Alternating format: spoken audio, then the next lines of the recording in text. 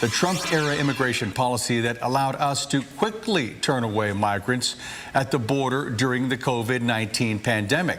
Some people anticipated a large influx of asylum seekers when the ban expired.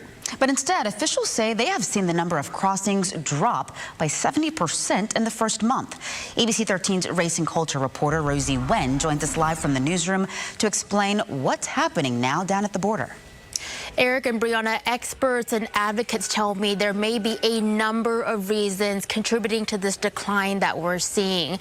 They believe that many of it has to do with the new policies and procedures in place, deterring a number of migrants who don't want to make that dangerous journey if they're just going to get turned away at the border.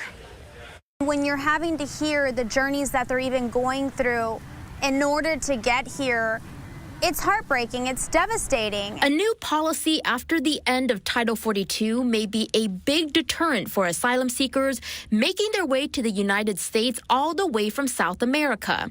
Houston-based immigration attorney Kimberly Bruno explains applicants must now show they've been denied asylum in every single country they've traveled through, including Mexico, before they'll even be considered in the U.S.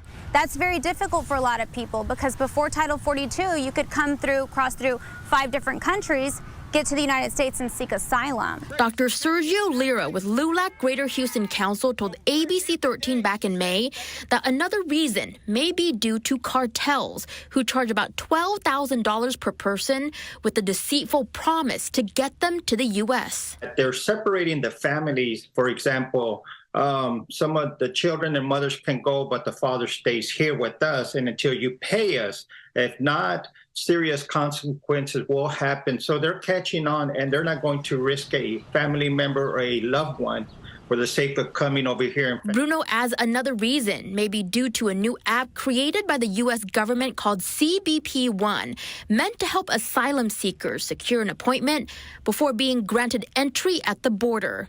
In May, immigration officials accepted about 1,000 appointments per day. In June, that number jumped to about 1,200.